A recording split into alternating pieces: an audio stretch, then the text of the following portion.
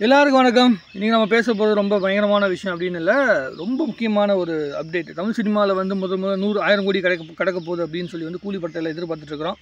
லோகேஷ் கனகராஜ் அவர்கள் வந்து நேற்று வந்து ஒரு ட்வீட் போட்டிருந்தாரு.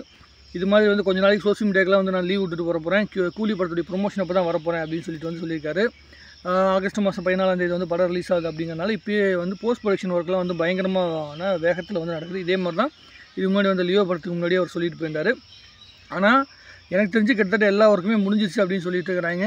ரொம்ப வேகமாக மற்ற ஒர்க் அந்த பேட்ச் ஒர்க்லாம் சொல்லுவாங்களே அதெல்லாம் முடிச்சுட்டு அப்டேட் வரப்போகுது, டீசர் அப்டேட் வரப்போகுது, அதுக்கப்புறம் ட்ரெய்லர் அப்டேட் வரப்போகுது, அடுத்த ஃபஸ்ட்டு சிங்கிள் அப்டேட் வரப்போகுது அப்படிங்கிற மாதிரி பல விஷயங்கள் வந்து பார்த்திங்கன்னா சொல்லப்பட்டுக்கிட்டு இருக்குது.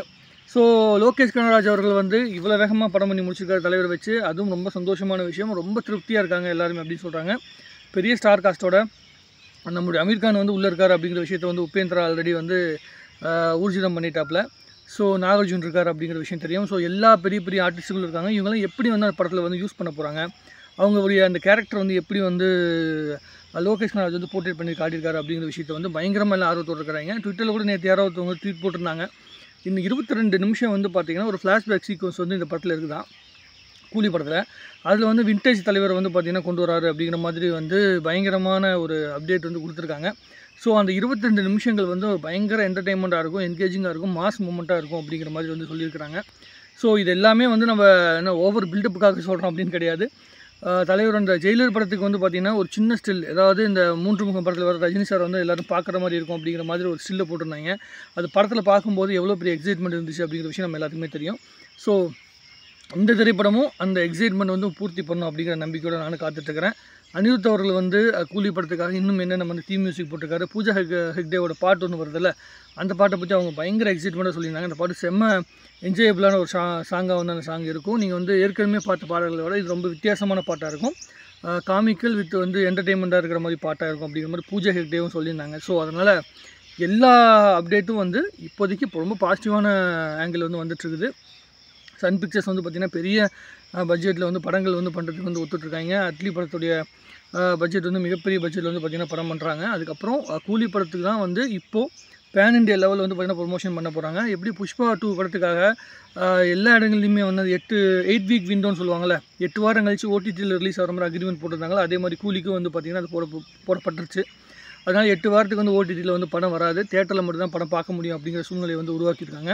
ஸோ அந்த 8 வாரம் படம் என்ன லெவலில் வந்து பர்ஃபார்ம் பண்ணும் அப்படிங்கிற விஷயம் நம்ம எல்லாத்துக்குமே தெரியும். சன் பிக்சர்ஸ் வந்து எப்படி ரிலீஸ் பண்ணுவாங்க அப்படிங்கிறது தெரியும். அதே மாதிரி ஜெயிலர் 2 வந்து தலைவர் ஃபுல் ஸ்விங்கில் வந்து பார்த்திங்கன்னா ஷூட்டிங் போயிட்டுருக்காரு. கூலி படத்துடைய அந்த வெற்றி, அதுக்கு பிறகு வருகின்ற ஜெயிலர் படத்துடைய வெற்றி, இது ரெண்டையுமே வந்து பார்த்திங்கன்னா தமிழ் சினிமா ஒரு அடுத்த ஸ்டேஜுக்கு கொண்டு போகும் அப்படிங்கிற மிகப்பெரிய நம்பிக்கையோடு நான் காத்துட்ருக்கிறேன். தக் லைஃப் திரைப்படமும் வந்து பார்த்திங்கன்னா மே 1ஆம் தேதி வரப்போகுது. அந்த படத்துடைய வெற்றி எப்படி இருக்கும் அப்படிங்கிறத நம்ம பொறுத்து வந்து பார்க்கணும். பட் ஆனால் கமல் சாருக்கு ஒரு வித்தியாசமான திரைப்படமும் அது இருக்கும். சிம்பு சாருக்கு கண்டிப்பாக ஒரு வித்தியாசமான ஒரு படமாக அது இருக்கும், அதில் மாற்றுக்கருத்து கிடையாது. So Rajini sir, Kamal sir 2 பேருமே வந்து தமிழ் சினிமாவை எவ்வளோ தூரம் வேகமாக கொண்டு போக முடியுமோ, எந்த அளவுக்கு வந்து உயரத்துக்கு கொண்டு போக முடியுமோ அந்த லெவல் நோக்கி வந்து நகர்ந்து போயிட்டே இருக்கிறாங்க. ஸோ இந்த அளவுக்கு வேகமாக நகரக்கூடிய அடுத்த ஜென்ரேஷன் வந்து ஆக்ட்ரஸ் வந்து யார் இருக்காங்க அப்படின்னு பார்த்தீங்கன்னா அது மிகப்பெரிய கேள்விக்குறியாக இருக்குது.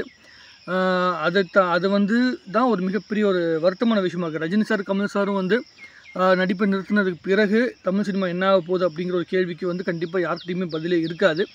ஸோ இப்போதைக்கு 1975லேருந்து ரஜினி சாராக இருக்கட்டும், அதுக்கு முன்னாடி இருந்து கமல் சாராக இருக்கட்டும், அவங்க 2 பேர் தான் தமிழ் சினிமாவை ஆண்டுக்கிட்டு இருக்காங்க. இது வரைக்குமே வந்து அவங்க 2 பேர்த்துக்குள்ளே இருக்கிற அந்த புரிதல் வந்து பயங்கரமாக இருக்குது. அது எப்படி இருக்குது அப்படிங்கிற விஷயம் வந்து எப்படி இந்த புரிதலோடு இவங்க இத்தனை வருஷம் கடந்து வந்திருக்காங்க, 50 வருஷம் வந்து ஃபீல்டுக்குள்ளே கடந்து வந்திருக்காங்க அப்படிங்கிறது மிகப்பெரிய ஆச்சரியமான விஷயம். அது புரிஞ்சால் பல பேர் வந்து எல்லாருமே ரஜினி கமல் ஆயிருக்க முடியும்.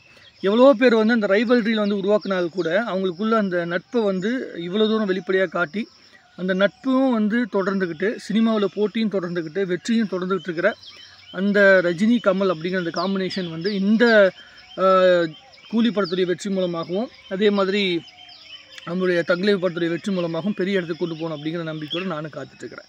உங்களுடைய கருத்துக்கள் எதுவாக இருந்தாலும் சரி கமெண்ட்டில் போடுங்க. இன்னும் நிறைய பேசுவோம். வாகை தமிழ்நாடு, உலக தமிழ் சினிமா.